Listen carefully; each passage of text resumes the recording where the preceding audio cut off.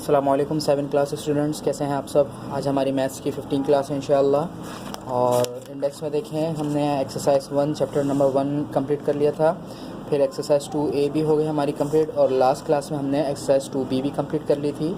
आज हम exercise 2C start करेंगे। आज की डेट मेंशन करें इंडेक्स में, और जहाँ पर 2B का लास्ट क्वेश्चन नंबर 8 किया था हमने, उसके बिल्कुल नेक्स्ट पेज पे आज की डेट मेंशन करें, लाइन ड्रॉ करें और टॉप हेडिंग डाल लें एक्सरसाइज नंबर 2C। ठीक है, बुक के अंदर आपको एक्सरसाइज 2C पेज नंबर 32 पर मिल जाएगी। Page number 32।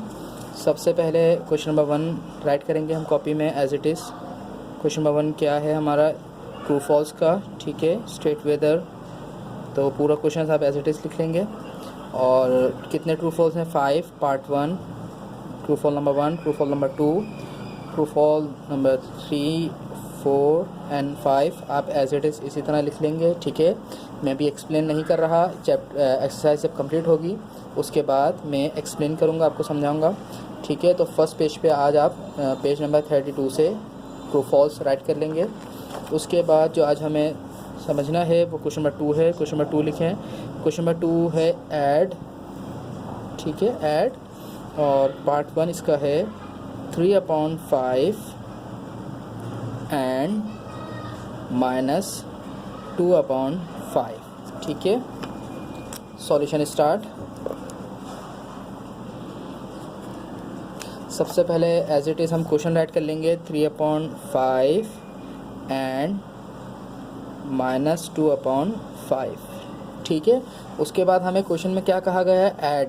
ठीक है, ऐड मतलब प्लस करना है, तो ये फर्स्ट रैशनल नंबर है एज इट इज़ रहेगा, ये सेकंड रैशनल नंबर है एज इट इज़ रहेगा। एंड की जगह हम ऐड का सिंबल लगा देंगे। ठीक है, प्लस का सिंबल लगा देंगे। अब देखें, यहाँ पे दो साइन एक साथ जमा हो गए, तो आपको मालूम है प्लस माइनस क्या बनता है, 3/5 प्लस माइनस माइनस, यानी दोनों साइन को हमने एक साइन मर्ज करके लिख दिया, प्लस माइनस माइनस 2/5। अब गौर से देखें क्या रूल है।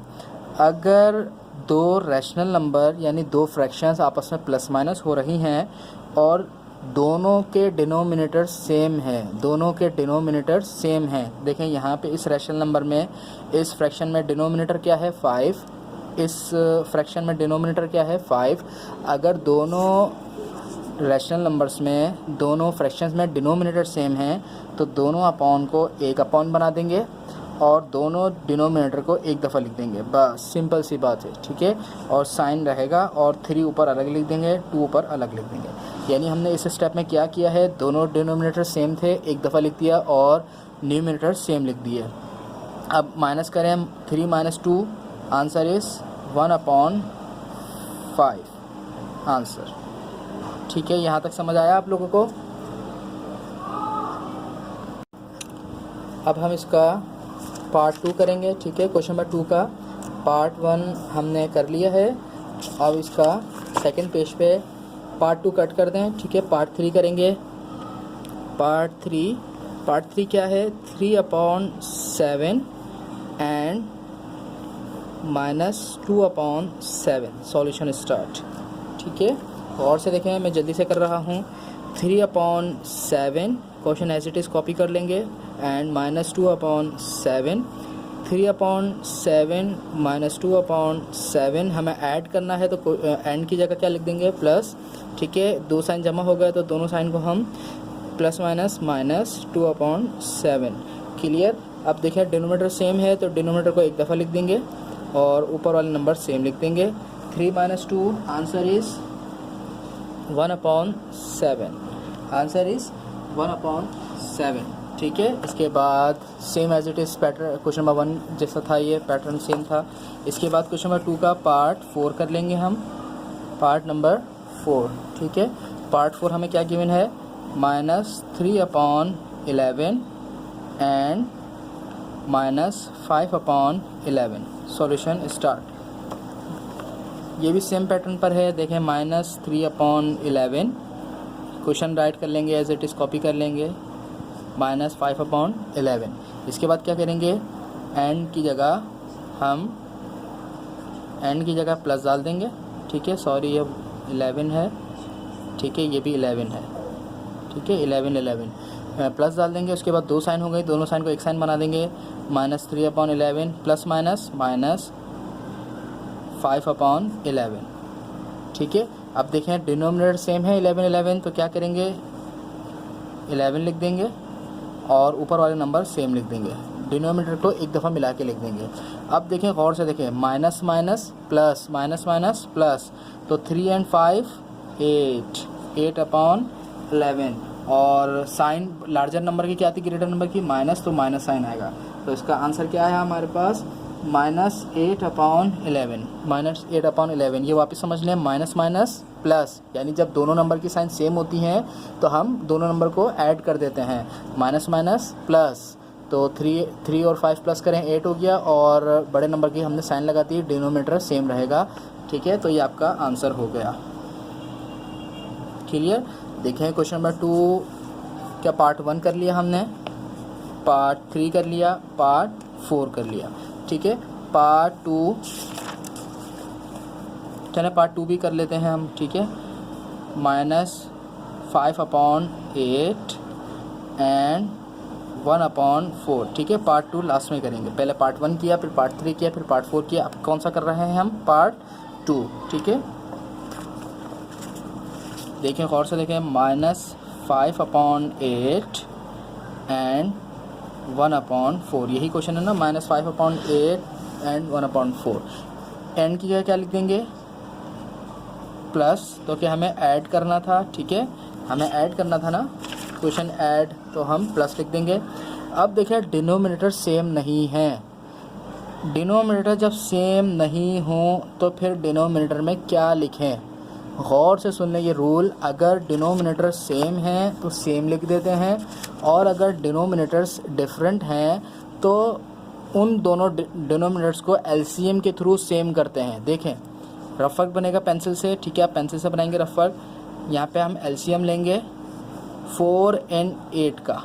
ठीक है, जो जो डिनोमिनेटर्स में नंबर है उनको सेम करने के लिए हम एलसीएम ले लेंगे, 8 और 4 का एलसीएम लेंगे। किस टेबल से लेंगे, 2 के टेबल से। ठीक है, एलसीएम आपको 6 क्लास में मैंने अच्छी तरह समझाया हुआ है। 2 का टेबल 4 तक पढ़ेंगे तो 8, 2 2 ज़ा 4, फिर अगेन 2 से करेंगे, 2 2 ज़ा 4, 2 1 ज़ा 2, फिर अगेन 2 से करेंगे। ठीक है, तो एलसीएम क्या आ गया, 2 मल्टीप्लाई बाय 2। ठीक है, ये एलसीएम आ गया आपका 2 2 2, तो इसका आंसर क्या होगा, 2 2 ज़ा 4, 4 2 ज़ा 8, यानी 8 और 4 का जब हमने एलसीएम लिया तो दोनों को मिलाकर 8 बन गया, दोनों को मिलाकर क्या बन गया, 8। तो यानी दोनों डिनोमिनेटर्स का जो एलसीएम का आंसर आएगा वो नीचे लिख देंगे। गौर से सुने, अगर डिनोमिनेटर डिफरेंट थे तो न्यूमिनेटर डायरेक्ट नहीं लिखेंगे। देखें यहाँ पे डिनोमिनेटर सेम थे तो डिनोमिनेटर एक दफ़े लिख के न्यूमिनेटर डायरेक्ट लिख दिए। ठीक है, न्यूमिनेटर्स डायरेक्ट लिख दिए। यहाँ पे डिनोमिनेटर्स डिफरेंट थे तो एलसीएम के थ्रू हमने सेम किया। तो जब एलसीएम लेंगे तो जो न्यूमिनेटर्स हैं यानी 5 और 1 वो डायरेक्ट नहीं लिखेंगे। वो किस तरह लिखेंगे, गौर से देख लें। 5/8 ये है ना, इस पूरी फ्रैक्शन को रफ वर्क में लिखेंगे और इसको एलसीएम से मल्टीप्लाई कर देंगे। इसको किससे मल्टीप्लाई कर देंगे, एलसीएम से। 5/8 को एलसीएम के आंसर से मल्टीप्लाई कर देंगे। देखें 8 1 ज़ा 8, 8 1 ज़ा 8 कट हो गए, 5 1 ज़ा 5। इस पूरे का जो आंसर आएगा वो यहाँ पे लिखेंगे। ठीक है, अब यहाँ पे देखें 1/4, इस फ्रैक्शन को भी हम एलसीएम के आंसर से मल्टीप्लाई कर देंगे। 4 1 ज़ा 4, 4 2 ज़ा 8। ठीक है, कट हो गए, 1 2 ज़ा 2, तो यहाँ पे 2 लिख देंगे। गौर से देखें, यहाँ पे 5 था, 5 ही रहा, यहाँ पे 1 था, 2 बन गया। अगर डिनोमिनेटर्स एलसीएम के थ्रू हमने लिखा है तो फिर न्यूमिनेटर्स डायरेक्ट नहीं लिखेंगे, बल्कि किस तरह लिखेंगे, ये आगे इसके और क्वेश्चंस आ रहे हैं। बिल्कुल आप रिलैक्स रहें, इंशाल्लाह एक एक चीज़ समझ आ जाएगी। पहली फ्रैक्शन लिखेंगे रफ वर्क में और उस पहली फ्रैक्शन को एलसीएम से मल्टीप्लाई कर देंगे, जो भी आंसर आएगा वो यहाँ पे लिख देंगे। इसी तरह सेकंड फ्रैक्शन को एलसीएम के आंसर से मल्टीप्लाई करेंगे और यहाँ पे लिख देंगे। ठीक है, यहाँ तक तो हो गया। अब यहाँ पे सिंपल हम सॉल्व करते हैं। माइनस प्लस माइनस, 5 में से 2 माइनस हुए, 3 बच गए, 8 नीचे रहेगा। लार्जर नंबर 5 था तो 5 की साइन आ जाएगी।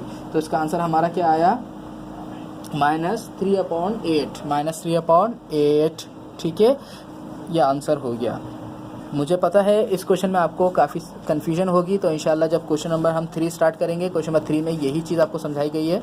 तो आज की क्लास में बस हमें यही करना था। सबसे पहले हमने आज एक्सरसाइज 2C स्टार्ट की, डेट मेंशन करें आज की और लाइन ड्रॉ करें। उसके बाद हमने ट्रू फॉल्स यहाँ पे लिख लिए 5 के 5, ठीक है, मैंने अभी सॉल्व नहीं करवाए। उसके बाद क्वेश्चन नंबर 2 ऐड, उसके 4 के 4 पार्ट्स हमने कर लिए। पार्ट 1 सबसे पहले किया, उसके बाद पार्ट 3 किया, पार्ट 4 किया, एट लास्ट पार्ट 2 किया। इंशाल्लाह नेक्स्ट क्लास से हम क्वेश्चन नंबर 3 स्टार्ट करेंगे इस एक्सरसाइज का। ये काम करें, मुझे चेक कराएं। अस्सलामु अलैकुम वरहमतुल्लाहि वबरकातुहू।